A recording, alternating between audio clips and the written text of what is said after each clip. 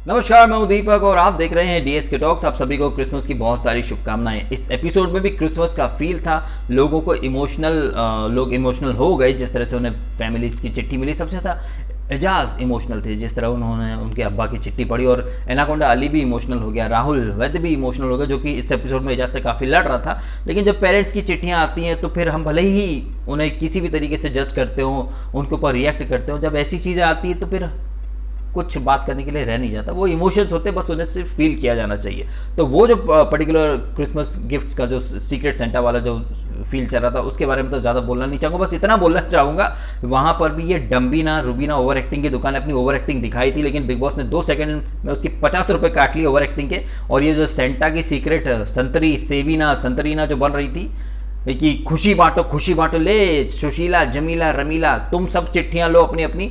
2 second में big boss ने उसे उसकी औकात दिखाती कि भाई तुझे खुद को टास्क समझ में आती नहीं है, तो दूसरों को बहुत ज्ञान देती है डम्बीना, ये कलर्स की बहू, कि इन्हें टास्क नहीं आता, उन्हें टास्क नहीं आता। इसके तो जहां ये नेगेटिव दिखती है वहां इसके सीन काट दिए जाते हैं। ये जो डम्बीना ये दूसरों को बहुत ज़्यादा ज्ञान देती है। कल भी हमने देखा और पहले भी अक्सर ये कहती है इन्हें टास्क समझ नहीं आया, इन्हें टास्क समझ नहीं आया। खुद को एक सिंपल सा टास्क समझ में नहीं आता कि साइकिल चलानी है, डाकिया बनना है, सिर्फ एक को चिट्ठी देनी, तुमने सबको बांट दी है। फिर इसके बाहर फैन बोलते गेमर है, ये है वो है, घंटा है, 2 पैसे की अकल है नहीं है, बस सेव खाती रहती, बादाम भी खा लेती थोड़े, तो दिमाग भी चलता, समझ सिंपल सी चीज़। खैर, दिमाग तो अर्शी द अवाम की जान में भी नहीं है। Arshi I think last weekend जब सलमान से कुछ उसका छोटा सा आर्ग्यूमेंट हुआ था कि सर आप तो जिल्लत के लड्डू दोगे, जिल्लत के लड्डू तो आप डिजर्व करती हो मैडम। कल तक आप कह रही थी कि विकास गुप्ता बहुत काबिल कप्तान होंगे, राहुल वैद्य से ज़्यादा अच्छे तरीके से घर को संभालेंगे। हमने आज क्या देखा, गुप्ता सोता रहता है। वो जो जेल पिंजरे में रखे थे वहाँ वो निकी तंबुली जेल की जो क्या थे वो बार्ड्स वगैरह, उनके बीच में से निकल के चली जाती है। मतलब इतनी दुबली है वो, और गुप्ता आराम से घूम रहा है, सो रहा है। और ये अर्शी जो कल तक गुप्ता को काबिल कप्तान मान रही थी, आज गुप्ता की काबिलियत के ऊपर प्रश्न चिन्ह खड़े कर रही है। और इनफैक्ट कल गुप्ता से अपना डैमेज कंट्रोल और पाप धोने की बात करने वाली अर्शी आज फिर से गुप्ता से लड़ने लग गई है। उसको तो राहुल ने काफ़ी अच्छे से आईना दिखाया अर्शी को, लेकिन ये जिल्लत के लड्डू खुद बनाती है, खुद ही लेती है, फिर दूसरों पर तोहमत मर देती कि इन्होंने बेइज्जत किया, जलील किया। जलील तो आप खुद होती हो। इनफैक्ट वो अभिनव जो कल तक राहुल को कप्तान नहीं बनाना चाहता था, वो अभिनव खुद कह रहा है कि भाई ये गुप्ता से अच्छा तो राहुल को कप्तान बना लेते। खैर, बिग बॉस में यही है कि आदमी एक दिन ब्लंडर करता है, नेक्स्ट डे खुद रिग्रेट कर लेता है। इनके बारे में क्या बोलना। इस एपिसोड की स्टार्ट भी अर्शी की माफीनामे से कुछ हो रही थी कि अली से बात कर रही थी कि भाई सॉरी, क्या सॉरी यार, पीठ में खंजर भोंक दिया फिर बोलते सॉरी, आदमी को मार दो फिर बोलो सॉरी यार गलती से मार दिया, तो ये तो नहीं होता ना। अब घर में रह रहे हैं, अली के यहाँ वाक्य उसके शब्द अल्फाज सही थे कि घर में रहना है तो बात करनी पड़ेगी, सिर मारना पड़ेगा तुमसे, लेकिन तुम भरोसे के लायक हो नहीं। अब जेल वाली टास्क यहाँ पर बिग बॉस ने की। 4 लोग जो पहले से घर के अंदर है वर्सेस 4 लोग जो बाहर से आए हैं। बिग बॉस यहाँ पर कितना बायस्ड था ये आपको समझना होगा। प्लस यहाँ पर गुप्ता का विक्टिम कार्ड आप देखिए। ये जो एजाज की जो बात थी, ये बात तो गुप्ता ने आते से ही अभिनव से की थी कि अभिनव तेरे सामने एजाज ने कुछ बात की थी। उस क्लिप को मैंने बार बार देखा। एजाज ने वहाँ ये बिल्कुल नहीं कहा था कि गुप्ता ने ही उनकी पार्टनर को इंस्टिगेट किया है, उकसाया है। एजाज ने ये कहा था कि धर्मशाला में वो बर्तन धो रहे थे क्योंकि जो पार्टनर थी उसने डाउरी का केस कर दिया था, उसे किसी ने तो इंस्टिगेट किया था ऐसा सिंबल करके, बट आएगा तो मैं पूछूंगा। मतलब एजाज आरोप नहीं लगा रहा था, एजाज एक बात कर रहा था कि मैं डाउट है मुझे, मैं क्लियर करने की कोशिश करूंगा, जो कि उसने किया भी। लेकिन यहाँ पर ये मुद्दा जब डे 1 को गुप्ता आया था तब न उठाते हुए थर्सडे को उठा रहा है ताकि वीकेंड पर यह मुद्दा हाईलाइट हो सके। बाहर की बातें ये कैसे यूज करता है, अब आप जरा डॉट्स को कनेक्ट करेंगे तो आप पाएंगे जिस दिन गुप्ता आया उस दिन वॉशरूम में काफ़ी टाइम स्पेंड किया इसने, और आगे के जो एपिसोड थे वहाँ पर भी इसने वॉशरूम में काफ़ी टाइम स्पेंड किया। अब ये वहाँ करता क्या है, इसका कोई रॉकेट साइंस लगाने की ज़रूरत है नहीं। किसी न किसी तरीके से ये क्रिएटिव टीम के टच में ज़रूर है, क्योंकि इसी अकॉर्डिंग ये चीज़ें प्लान करता है और फिर चीज़ें वैसी ही एग्जीक्यूट हो भी जाती हैं। हमने जब देखा अभिनव और रुबीना के बाहर वो कविता कौशिक के ट्वीट की बात, जब ये आया था तब इसने बात नहीं की। इसने वो बात थर्सडे को की ताकि फ्राइडे को मुद्दा बन जाए। और यहाँ पर भी ये एजाज की बाहर की बातें, तलाक की बातें, अब्बा के ऊपर केस हो जाता है, ये सारी बातें वो अब क्यों कर रहा है, पहले क्यों नहीं की। यही नहीं, वो वॉशरूम में जाके खुद को एकदम विक्टिमाइज दिखा रहा है कि हर कोई आके बिल फाड़ के चला जाता है, ढोलक होके बजा के चला जाता है, किसी का काम रोका, किसी का ये, उसने कभी कुछ नहीं रोका। देखो भैया, चाहे शिल्पा शिंदे हो, चाहे वो प्रियंका से तुम्हारा पंगा हो, या फिर तुम ये जो अली ने भी बोला था कि ये करता है, और हमने देखा है।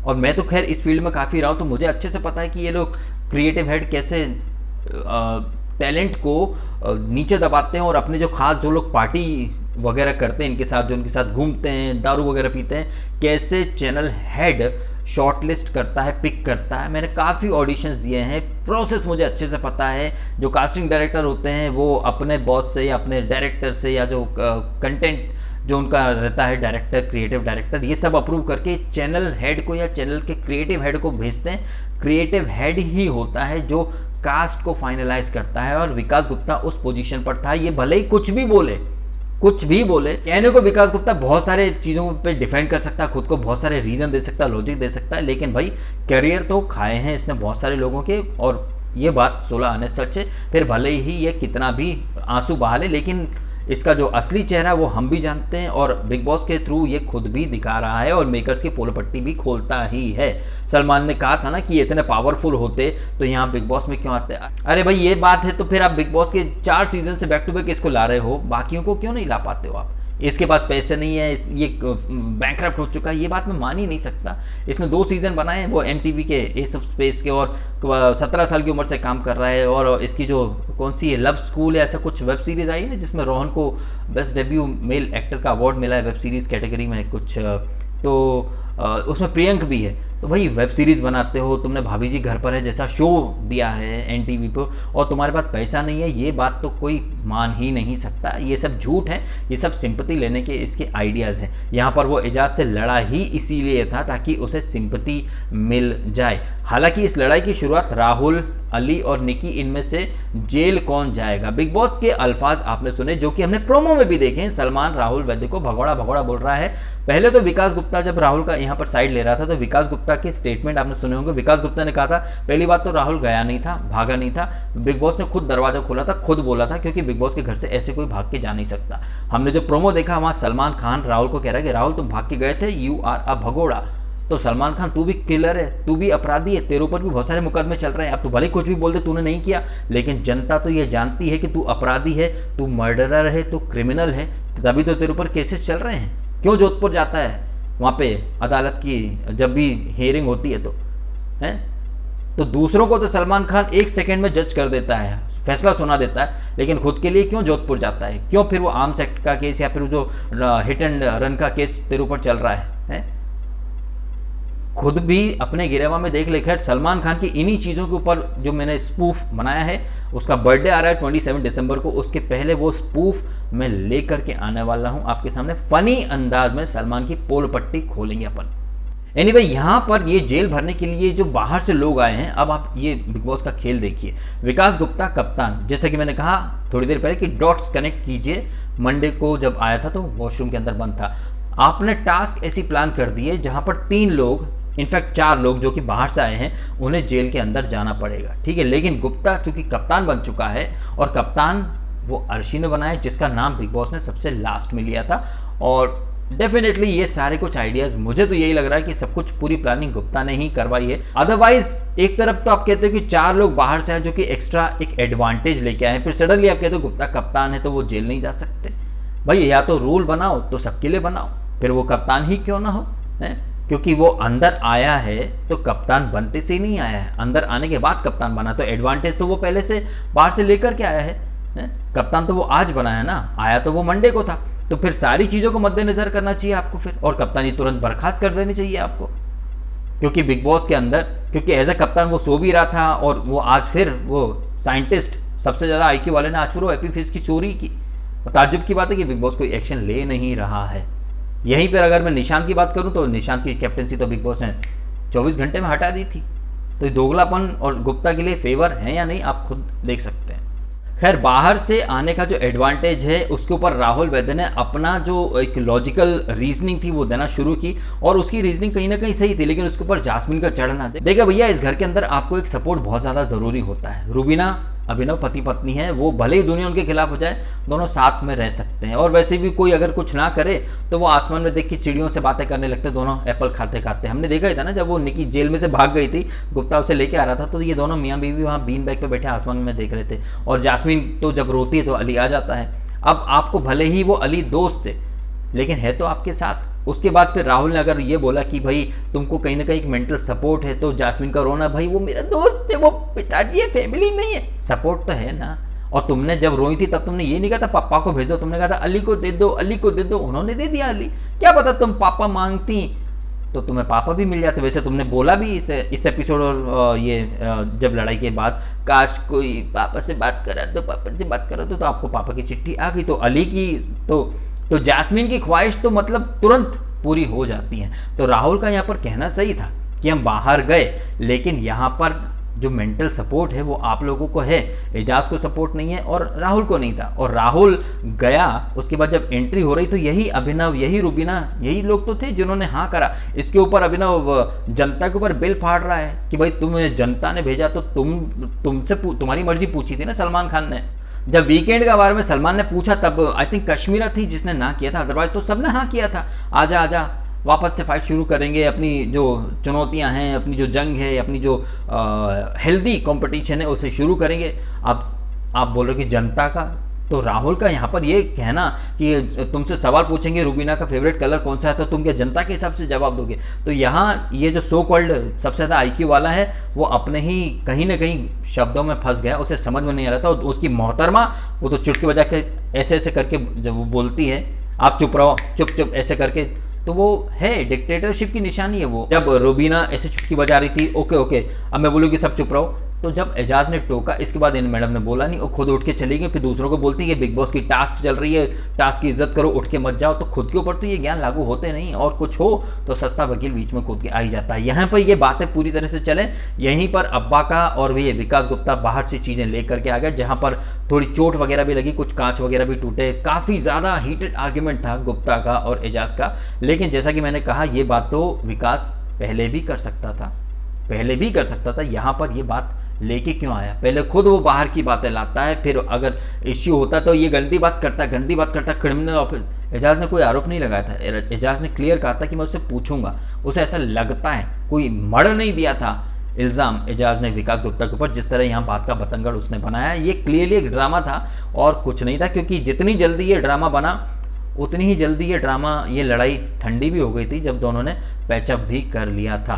तो जेल निकी को नहीं जाना था क्योंकि उसको फोबिया, भाई सफोकेटेड, ऐसी जेल में क्या सफोकेशन होगा जब वो जेल की जो सलाखें हैं उसके बीच में से निकल के भग जाती है और कप्तान सोता रहता है। फूकने गई थी वो, सुट्टा मारने गई थी, और बिग बॉस ने कुछ न टोका न रोका। वहाँ चोरियाँ भी हो रही हैं, सब हो रहा है, और ये कप्तान कम्बल ओढ़ के सो रहा है, जैसे अर्शी ने काबिल कप्तान बोला था। वहीं हमने देखा कि अली और राहुल जब जेल में हैं तो इंसानियत दिखाने, एक सॉलिडेरिटी दिखाने के लिए जसूद और जलोटी भी अली के बगल में ज़मीन पर सोई। भाई ये सॉलिडेरिटी, ये इंसानियत, ये ह्यूमैनिटी तब कहाँ चली जाती है जब एजाज बेचारा जब से आया तब से वो नीचे ही सोता है। वो उनका जो बड़ा सा काउच पड़ा है लिविंग रूम एरिया में, वहीं पर वो नीचे सोता रहता है ज़मीन पर।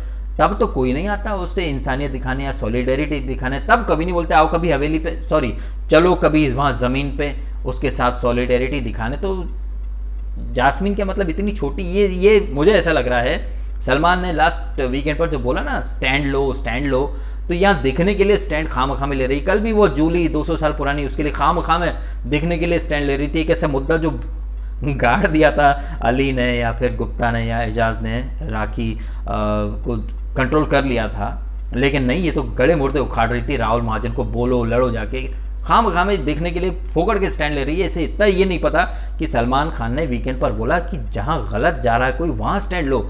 ऐसा नहीं कि जहाँ स्टैंड लेने की ज़रूरत नहीं वहाँ भी देखने के लिए स्टैंड लो, तो वहाँ बेवकूफ़ लगते हो, जो कि जास्मीन है।